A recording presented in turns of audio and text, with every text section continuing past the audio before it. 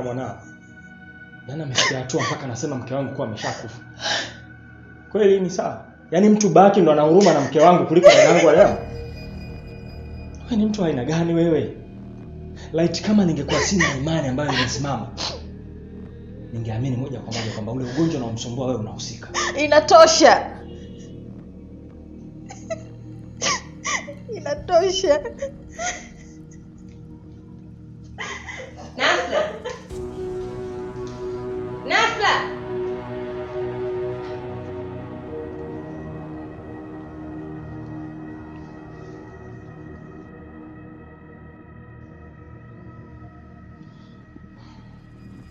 Mama, unaona kinachoendelea hapa? Wewe ni dada wa aina gani wewe? Kama sistahili kuwa ndugu yenu basi niacheni, nikataeni tu. Kama mnanitenga nitengeni.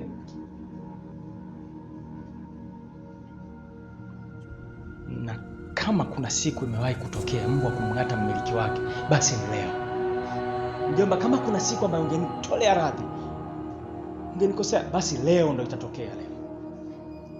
Kama mmeshindwa kunivumilia katika familia yenu, kama mnahisi mimi sistahili kuwa mtoto wenu tena, mnaweza mkanitenga tu. Kuna haja ya kupigizana kelele jamani? Na kama kuna siku ambayo utakuja kunitolea radhi mjomba, ni leo. Sintosubiri tena siku nyingine ijitokeze.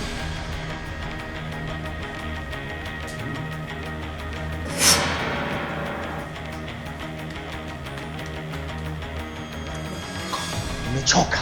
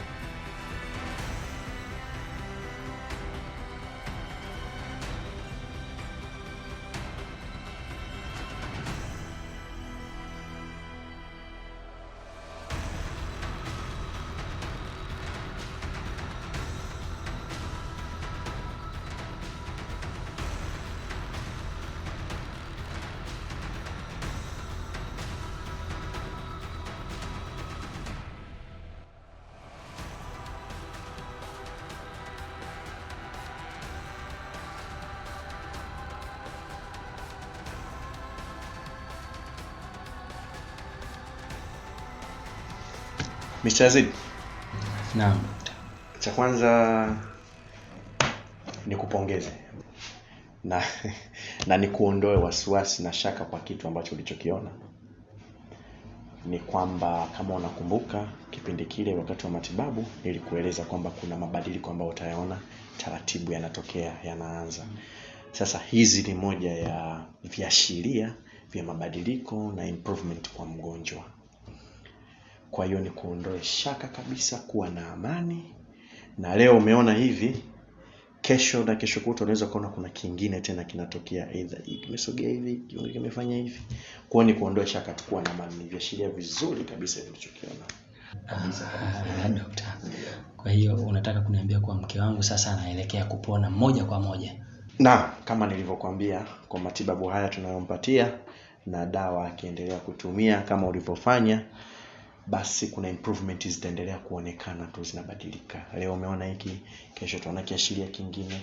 Kwa hiyo ni kuombe tu uwe na amani kabisa, mabadiliko ndio haya yameanza. Kwa hiyo tuendelee tu kupambana, uendelee kupambana. Basi ni hivyo tu, kuwa na amani kabisa. Wala isikushtue wala isikuogopeshe chochote kabisa. Kuwa na amani.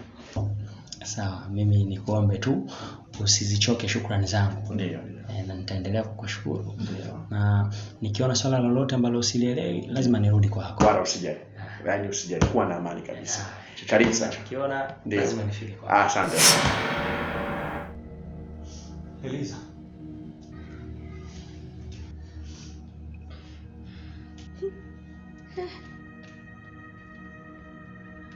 Nawe akamkia mwana wane huyo wahorre juba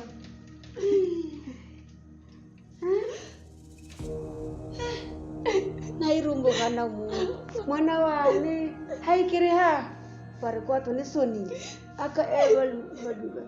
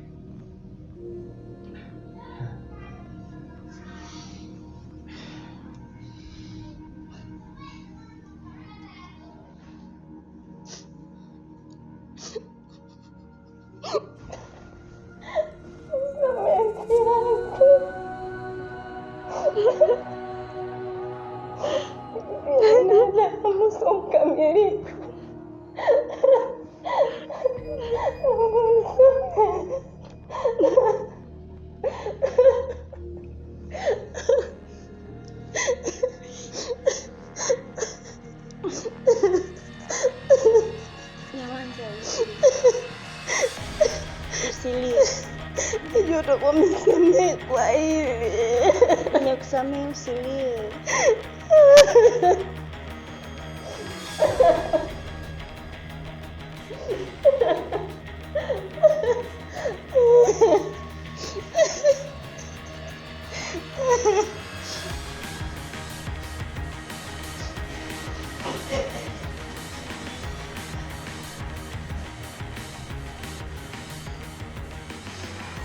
Sina sababu ya kunisamehe mjomba. Mimi ni mkosefu. Nimeshindwa kabisa mimi kuyakariri maandiko. Nimeshindwa kujua kama ndoa upangwa na Mungu. Mjomba, unahisi mimi kweli ninaweza kusamehewa kweli? Useme hivyo mjomba. Kwa ufisadi niliofanya mjomba. Hapana mjomba. Kwa uadui niliofanya mjomba. Mimi mtu mzima ovyo mjomba. Mimi mtu mzima kisheti mjomba. Useme hivyo mjomba. Nafanya nini mjomba? Nimekusamehe mjomba. Mimi sijisamehe mjomba kwa hili. Mimi mwenyewe nimefanya roho mbaya, ninajijua. Mjomba. Mjomba, huyu ni mke wako. Kuugua mjomba sio kufa. Nimeshinda kuiona hivi. Nasameka vipi mjomba mimi? Nasameka vipi mimi? Mimi mtu. Mimi si bwana. Kwa nini nimefanya hivi mimi? Kwa nini nimeshinda kutumia hekima zangu na busara zangu mimi? Mimi nani? Kwa nini nikitanganisha mandoa ya watu? Basi mjomba.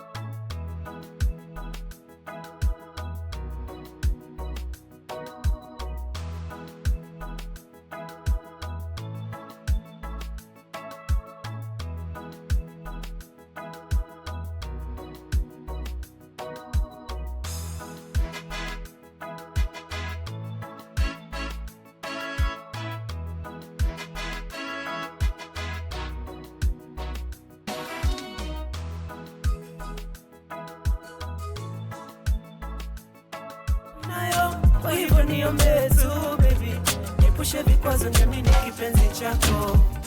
Usilie mpenzi, subiri mwendo ya kwangu penzi, subiri sije tupa mapenzi, oh binafsi yangu tekonza. Navyokupenda mpenzi, subiri japo nafsi inaniuma, subiri ila nitawasha mishumaa kwenzi yako mapenzi. Usilie mpenzi, subiri mwendo ya kwangu penzi, subiri sije tupa mapenzi, oh binafsi yangu tekonza. Navyokupenda mpenzi, subiri japo nafsi inaniuma, subiri ila nitawasha mishumaa kwenzi yako mapenzi.